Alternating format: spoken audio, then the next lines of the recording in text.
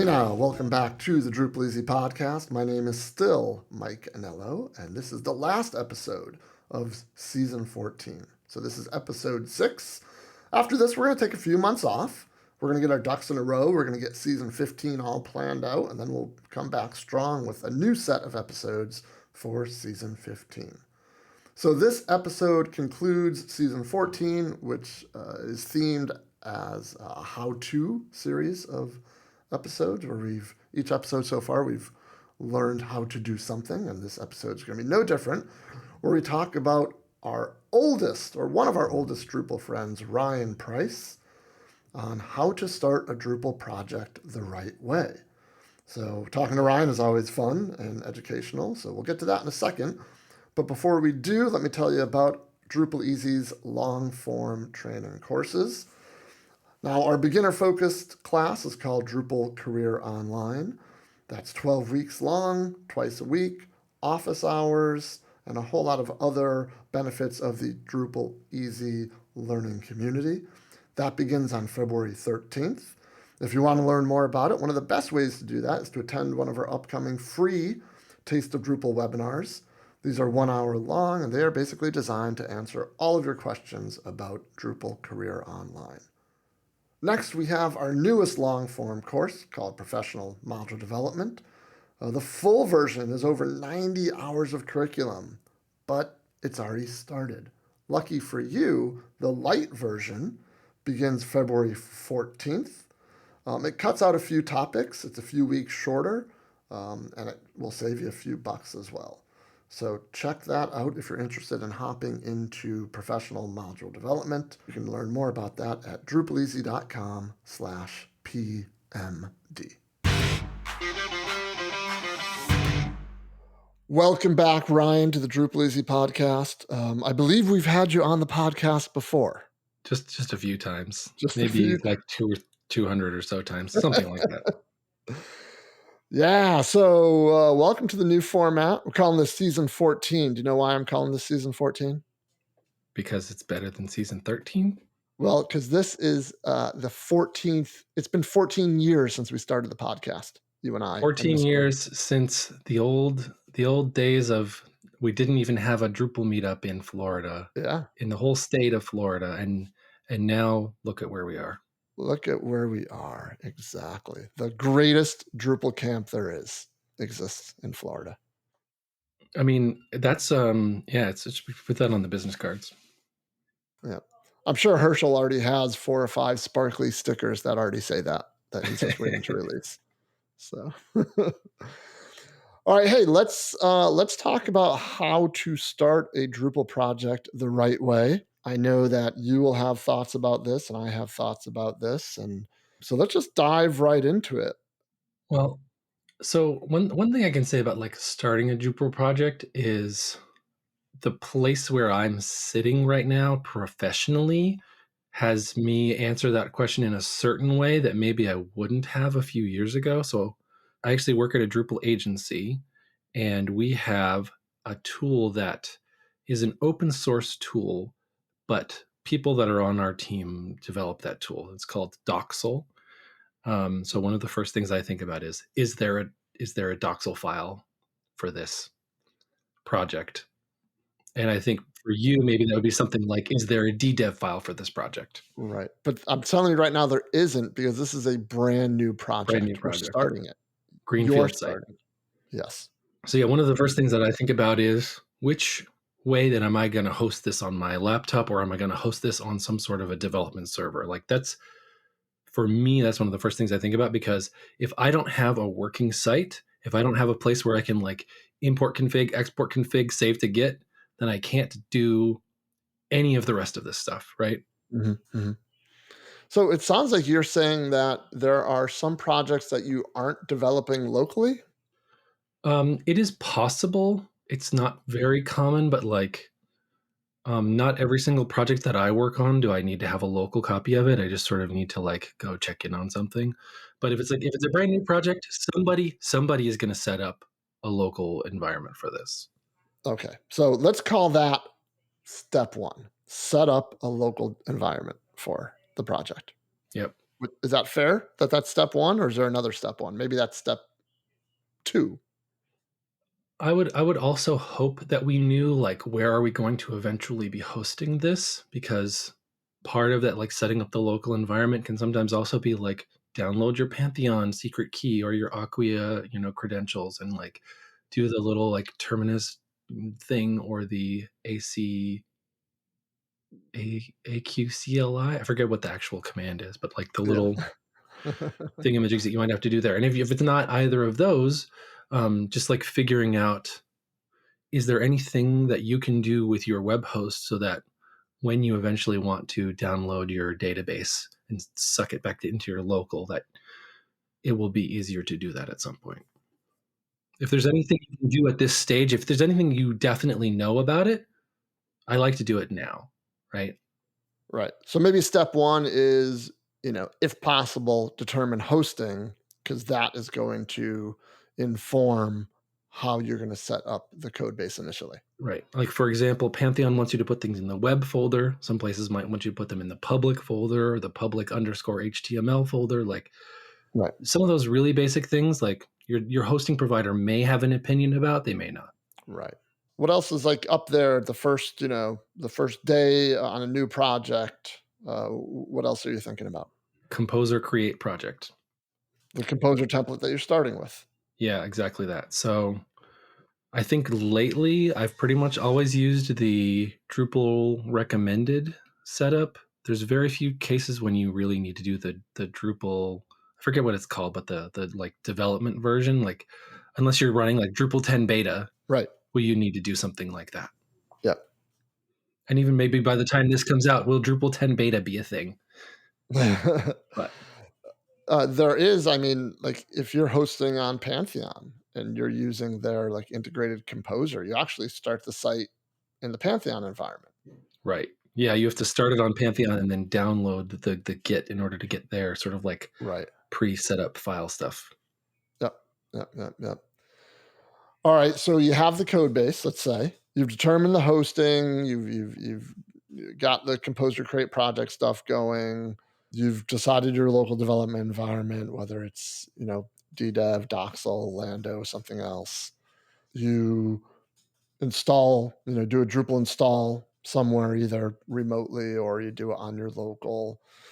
And now you're staring at like the installation screen. Do you start, Mr. Price? Do you start with a standard install or the minimal install? Pretty typically standard. Yeah. I don't really have a lot of times where I'm like, no, I don't want the node module turned on or something like that. Well, but okay. You do have to you have to turn off like comments, right? I think that's one of the ones that's still kind of like a questionable for me, is like Contact forms. comments are turned on by default, contacts are turned on by default, but like most of the other defaults I'm happy to have. All right. Interesting. Going with standard. All right. And then what? So you get it all installed. What's next? Probably very, very first one is admin toolbar. Probably also, I would say Devel is going to be in there as well. Like, do I always need to have Devel? No, but a lot of projects that I work on, we will eventually write custom code. So like, let's get it. In addition to Devel is the PHP coding style and PHP code beautifier and fixer. So like, I think when you download Devel, it's going to include those things. But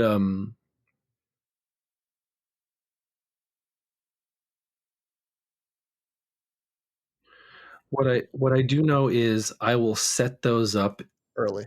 PHPCS and PHPCBF to make sure that when I want to do something where I want to check the code style, that I have them available to me in that environment. On one project I used recently, there was a tool that we used that was called Grumpy PHP, which kind of like includes a bunch of these different tools together. But the two ones that I really pay attention to the most is PHPCS, which is coding style, and PHPCBF, which is the code beautifier and fixer. So if PHPCS can find the issue, then PHPCBF can fix the issues that are obvious, the ones that are like automated can be fixed. And And one of the reasons why you need to have some of the Drupal specific tools is PHP-CS doesn't know what Drupal's coding style is by default. It doesn't know how to like fix things to look like the Drupal coding style by default. But it's nice to have an opinion. So I like the Drupal one just fine. And if I do end up having to put something into a contributed module, then I know that I'm going to be doing it in the Drupal style with 2 spaces, with else and if being one word, a space after an if statement, spaces between a string, the dot to concatenate things like that. So, All right, so we have admin toolbar, devel, our PHP tools. yep. Anything else that kind of goes in that first pass, that first day? I mean, the very first day, I might just then start thinking about some other things, but pretty soon, I'm going to start thinking about search engine optimization. So things like Path Auto, the redirect module, and the meta tag module will almost always go into my, sort of like standard toolkit. And then there's very few sites that I work on when we don't need some sort of a form. So typically that is web form, unless the client has a specific tool Right. that they don't need web form, some other sort of third-party form plugin, but usually we're putting in web form for something. Because even sites that don't have any logged in user traffic, they're going to have a form somewhere. Contact us about this particular, file that you want to download, or hey, I just finished watching the video. Now I want to find out more. Who do I get in touch with? There's always, if your website's not collecting information, I don't really know what is your website doing. At some point, somebody needs to get to that form and say, I'm ready to make a buying decision. All right, so you've got like your basic modules installed, maybe enabled. You've kind of got the the initial Drupal core code base. Now it's time to set up your repository, and I think I'm mainly talking about your .git ignores. Mm-hmm.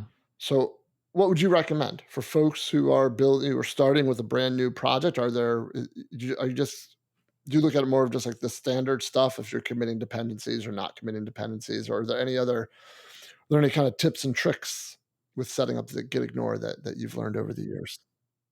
Yeah, I mean, I think like the nice thing is, as we have evolved, the sort of Drupal core recommended and like sort of like later stage Drupals really do come with a nice default for a lot of things that you would want to do in your git ignore file.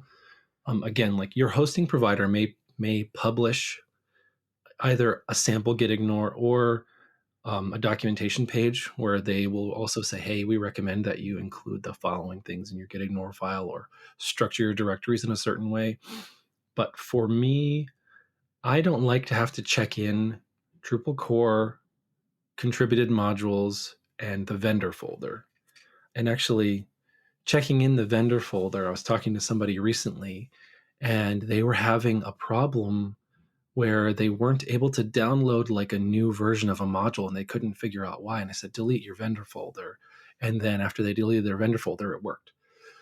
Because there's a couple of files in that vendor folder that are like, they're not as hard and fast as the composer lock file, but like you definitely want to hang on to that composer lock file. But then there's some other files that happen in the vendor folder that composer generates, that if you don't know they're there and you might want to clear them out sometimes, then you can get stuck.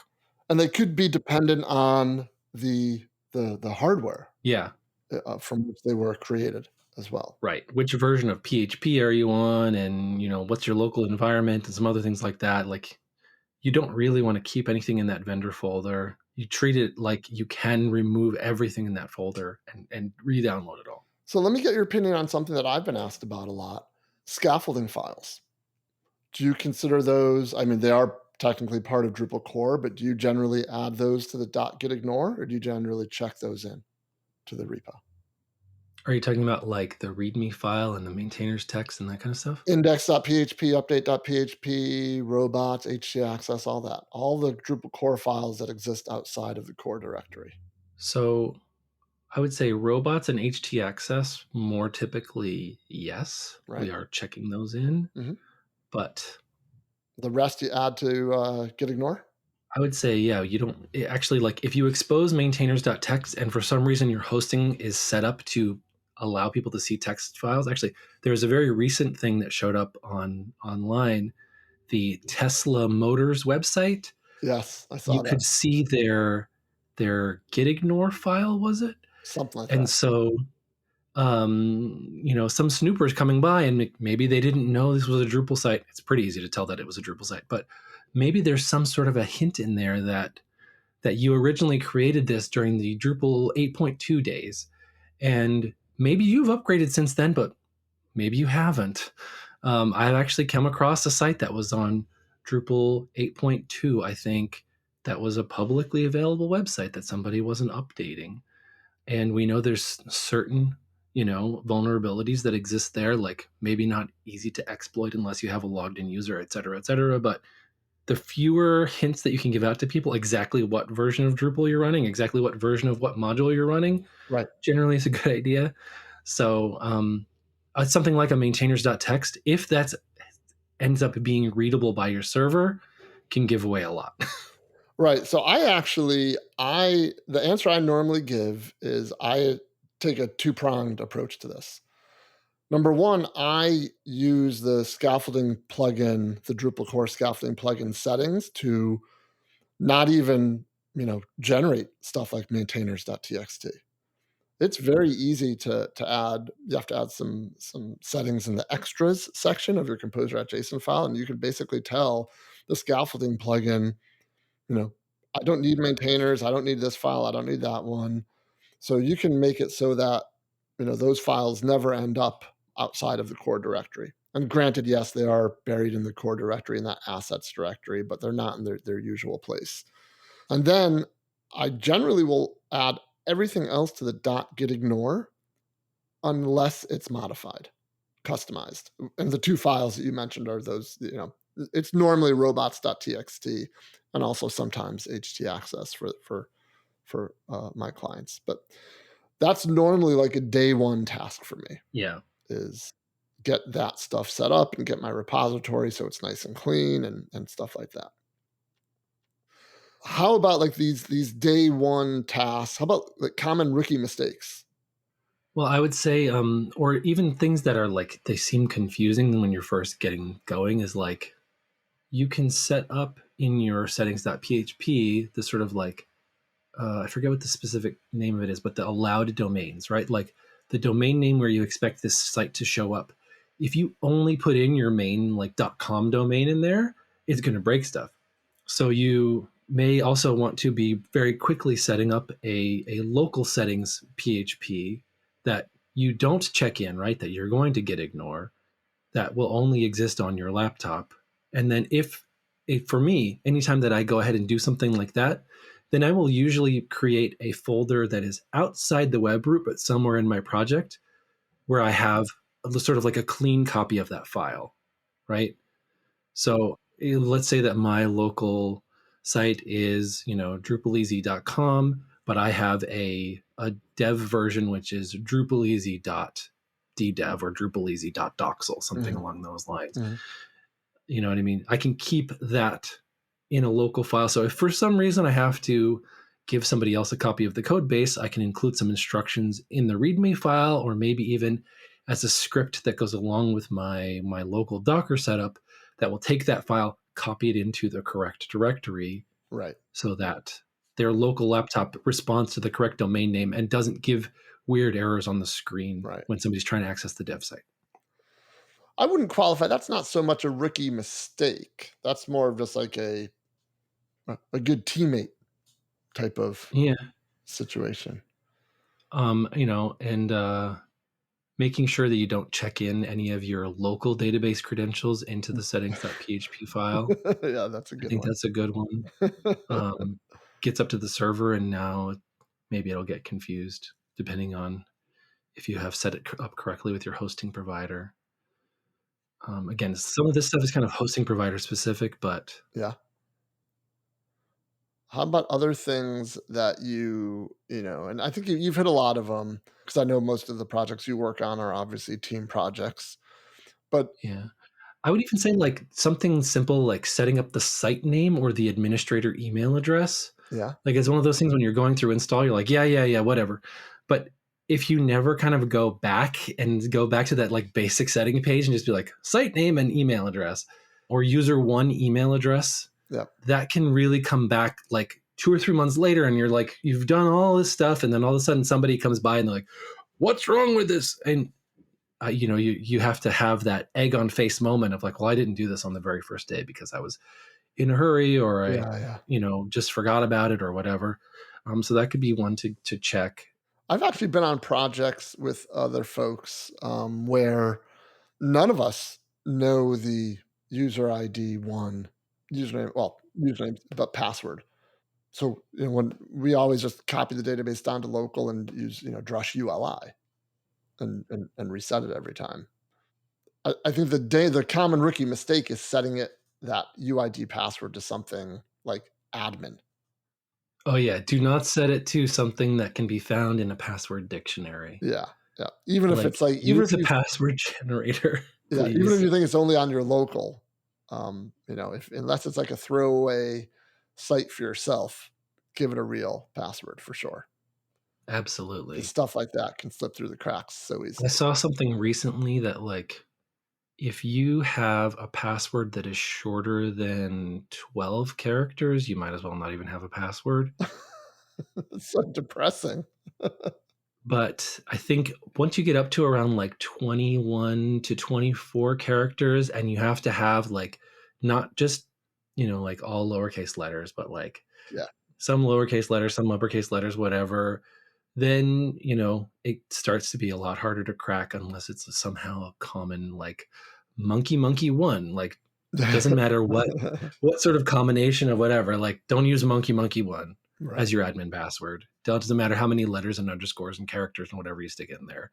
It's probably everybody's thought of every possible version of that. But the thing where you can put three words together, so like, snail, bear, and canoe, which is none of those is in my password, but something like that. And then you stick one special character in there and maybe one capital letter and one number, like that gets to be essentially unbreakable, before the heat death of the universe.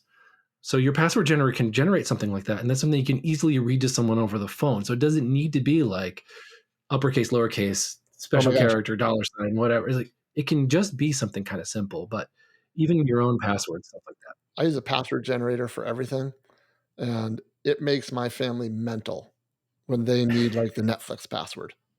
Yeah. I'm like, here you go. And Mhm. it's like this 30 character string of random letters, numbers, punctuation. But the ones where you basically just have like three words that you could read out loud is as long as you don't just use the words themselves, like you can get really far with those. Yeah, but they don't feel secure to me. They don't feel. I know that they probably are, but they just don't feel. All right. Anyway, let's climb out of that rabbit hole real quick. So we've talked like a lot of the technical things you do to start a project, right? But I know you have feelings about this, Ryan. So how about more just from a working with the client, looking at the big picture of their project? Like, what are some things that you want to make sure are in place before you start the actual technical side of it? Right. And for me, like I start asking these questions before anybody actually signs a contract. So like this is a really big part of my job, me specifically, that I get involved and I say, okay, what problem are you trying to solve by having this website?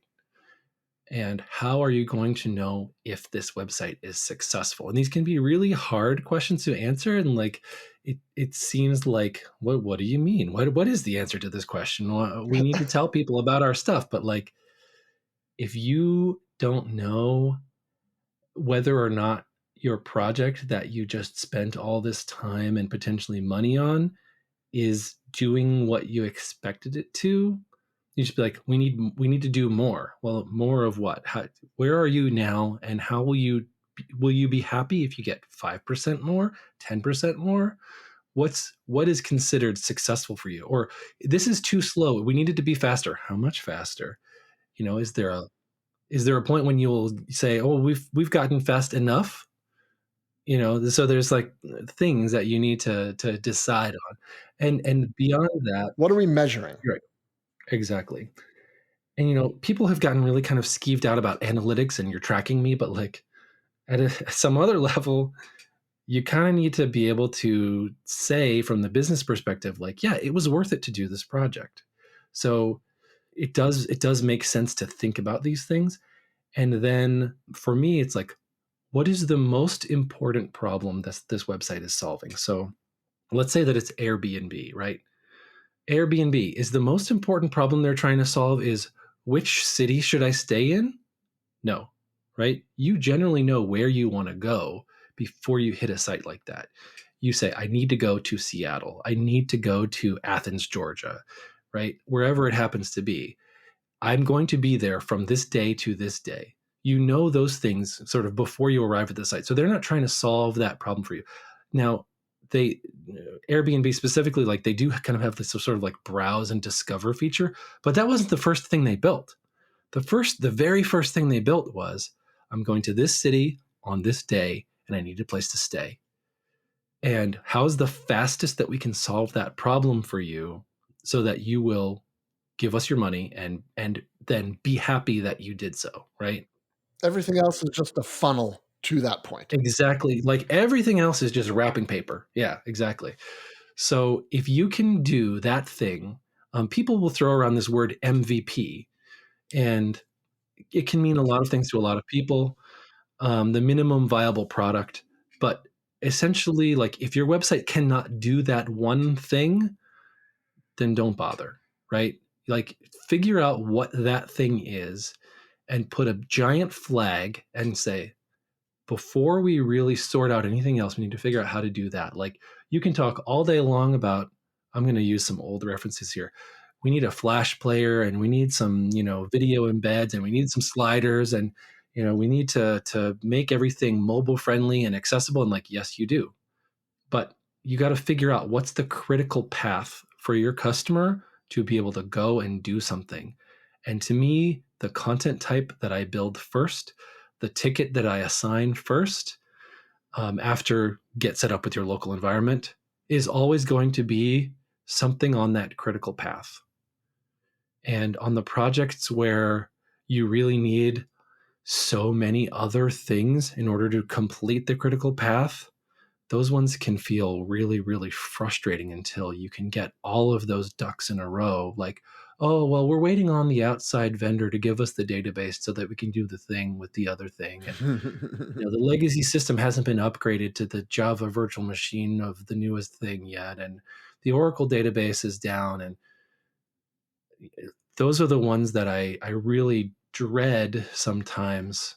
But also some of the ones that present some of the most interesting challenges is like, how can I get as much of that funnel sorted out on my end so that all I'm doing is waiting for someone else?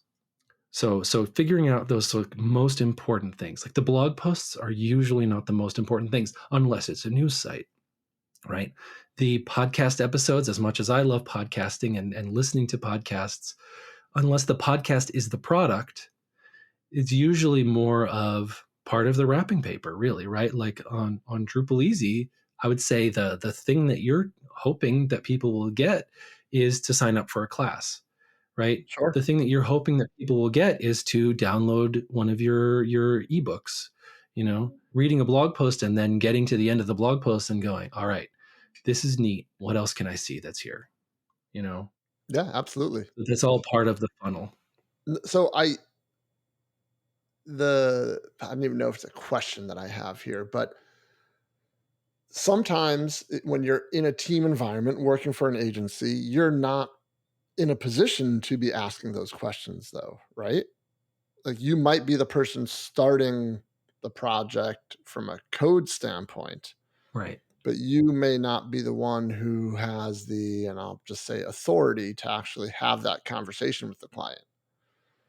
So how do you, how do you solve for that when Right. you I mean, if somebody starts telling you like the first thing we're going to build is the homepage, unless it's a very highly specific sort of like yeah, it's a red landing flag. page type of a site, Yeah.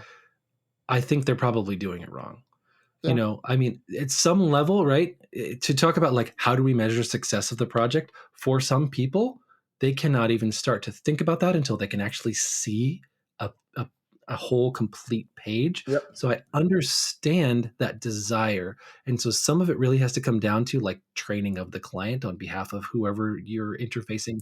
Usually if you're not the one who gets to make that decision, then there's probably someone in between you and the client. Right. And so that project manager, that account manager, that salesperson, like that's their job to set the expectation with the client in the first place. Right. But if somebody tells you work on the homepage first, you might have other issues. But to go back to, I would like to sort of like call back to something we said earlier, like what are some of the first contrib modules you installed?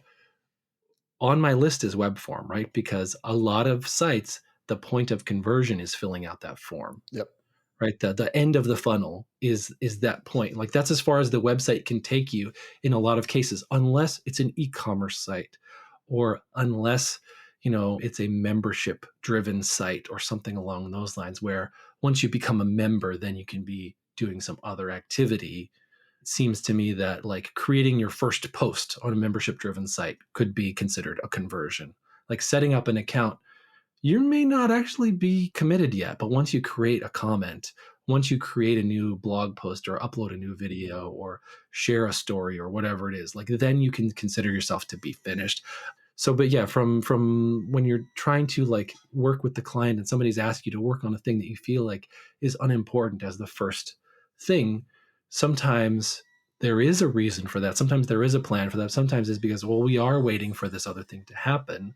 But it should at least be like a little bit of a flag in your brain if somebody says, okay, the way that you buy things on this site is X, and you don't have to build that X first unless there is some mitigating circumstance. Right.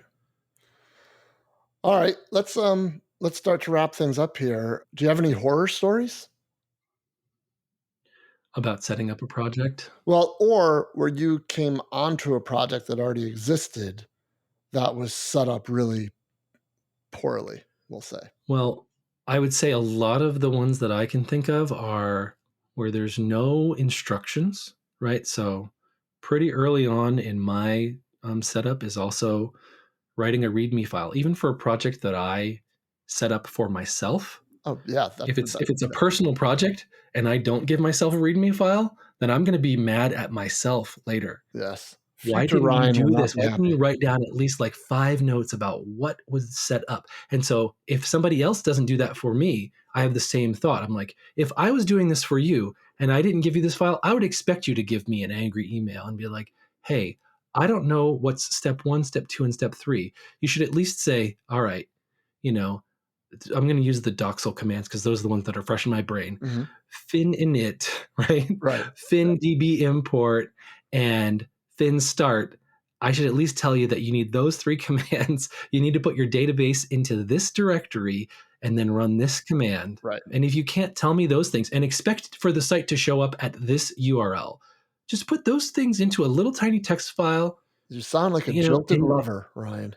oh, or if your site is expecting to be set up at a very particular URL Sure. and I don't know what that is, and I try to visit the site because I just set it up how I think it should be set up, and all of a sudden I get redirected off to some other place on the internet, and then I need a VPN access to get there, like that's to me is considered a failure.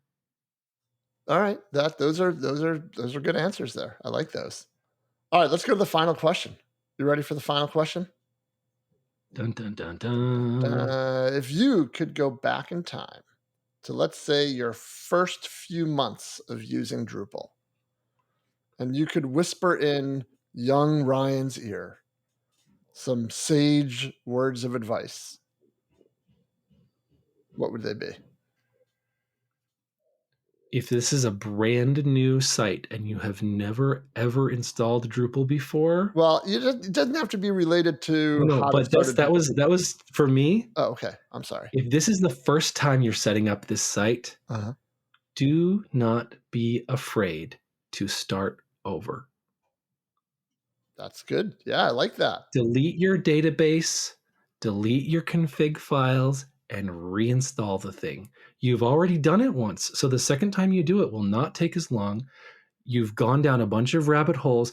I would say Drupal 8 and 9, and I guess 10 now, make this a less of a problem, because in older versions of Drupal, there used to be like leftover database tables. For years and years and years, you would go back and be like, what is this database table doing in my database? Right. What is this config file doing over here? Like, where did all this junk come from? Right. Now, maybe you still have those like module files will be in there if you didn't take them out of the composer. So like, clean up after yourself and don't be afraid to start over. If you uninstall a module, remove it from your composer file. It doesn't take but like an extra 1 minute, 30 seconds to just go back and clean up. Like, and that's the thing I could say to myself in a lot of different professional arenas is like, you may be going down a particular path, right? Right. Don't leave 35 Photoshop layers in that file that you're never ever going to need. Save a copy and call it junk. I don't care what you call it, but like, this is Project 15 junk versus Project 15, the one we're actually going to use. Just start over. It's okay. Tabula rasa. Clean the slate. That's really good, because when I thought about this question for you, I thought to myself, I don't even know how I would answer this. But your answer's, I really like your answer, because that's actually one of the things that I teach in our beginner class is, I have students spin up new sites almost weekly on their local. And as we do that, I explain to them that, everything on your personal machine, your laptop, it should be disposable. You should be able to throw out that client, drag that client site to the trash, and recreate it, and not be afraid of doing that. Yeah. I used to tell people from a podcasting perspective, like, if you can get to episode 6 of your podcast, you should consider that when you've actually started it, because putting out one of something, I'm not saying that it's not hard, because one of the hardest things to do is to get from 0 to 1. Sure. Agreed. But once you have gotten past that one, right? And I think a lot of people have the patience and the willpower, especially if it's part of their job, to get to 1.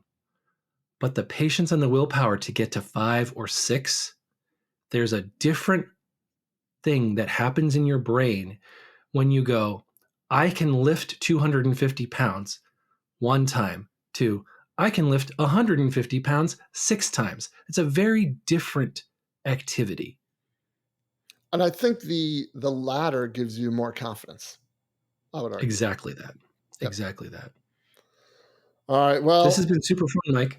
It's always great catching up with you, whether it's podcasting or not. So it's a good excuse to talk to you and hear your voice. Yeah. So thanks for joining me, Ryan.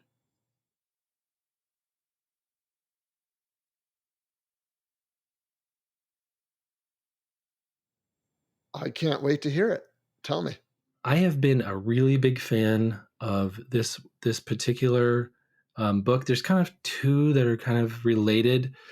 I kind of think that one of them is slightly better than the other. So it's called The Phoenix Project and The Unicorn Project. Both of them, if you are actually in the IT industry, are potentially very stressful. They're sort of like when you read like a murder mystery file, and you are sort of like putting yourself in the place of the person who was all the bad things were happening to, or as you're discovering all the weird bad things that have happened to someone, like some people get really sort of like emotionally attached to the story. So these things are written, it's a novel. So it's meant to be like, on day 1, all this bad stuff happened. And I'm going to tell you, a lot of bad stuff happened on day 1. But the reason why all that bad stuff happened is because it sort of has to be like by the middle of the project, they've sort of figured out how to deal with some of that bad stuff. But then they realized, like, in trying to solve some of their initial problems, they've uncovered new problems they never even knew existed by sort of like entering into this system where they're trying to apply DevOps practices and agile practices to something, an organization that was really very highly traditional. And you also have to remember that the Phoenix project, I think, was written in 2012.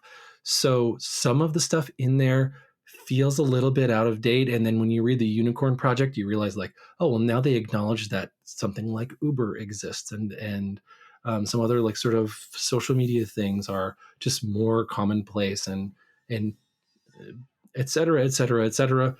But highly recommended reading. Will it teach you a lot about starting projects? No, because a lot of what they're doing is they're entering into like existing projects, or like a project that is already 3 years overdue, and they're trying to figure out how to save this thing. But it's a very interesting set of books there. I assume it's the same author? Same author. I believe it's Gene Kim, if I'm getting it right. Right. You can get them in paperback. You can get them in ebook. You can get them as an audiobook. I've read it as an audiobook more than once, and I recommended it to many, many people.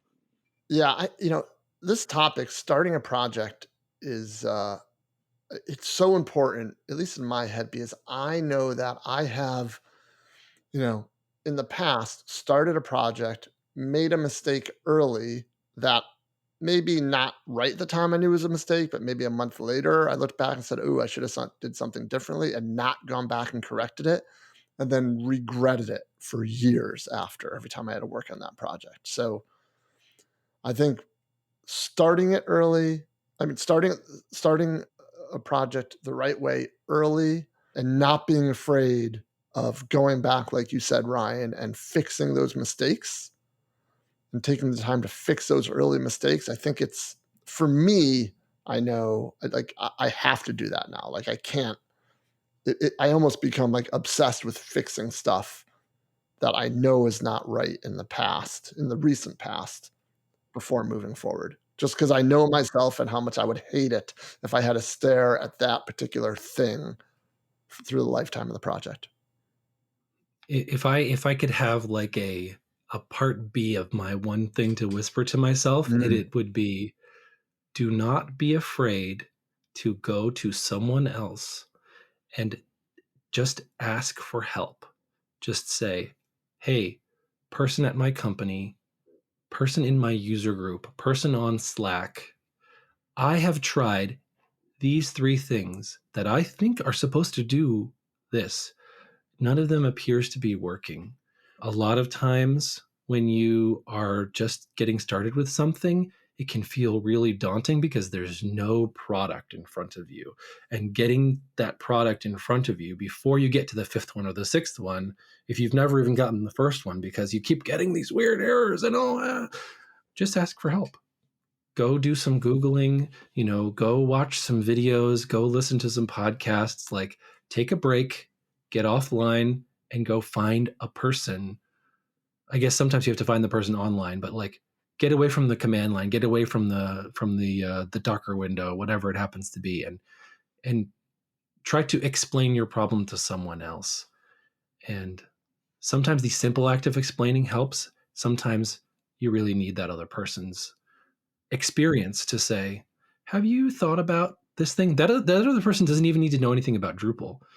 Sometimes just a more experienced person will be able to help you diagnose a problem because they've dealt with something similar before. Agreed.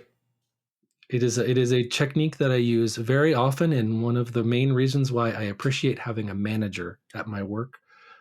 Being part of like that hierarchy structure, you sometimes can wonder, like, well, what are these people for? It turns out they're typically at least as experienced, if not more experienced than you, and you can describe a problem to them, and they'll go like, the problem that you're having isn't the problem that you think you're having. Let me tell you about the problem that you're having. Right. And it can really make your day that much better, your week, your month, your year that much better by just saying, this is not that problem anymore. All righty. Well, once again, thank you very much for your time, Ryan. Appreciate it. Hopefully people will learn something. Send us a little note on the social media. I would say Twitter, but I don't know about Twitter anymore. I'm on Drupal Slack. Find me on Drupal Slack as Liberator.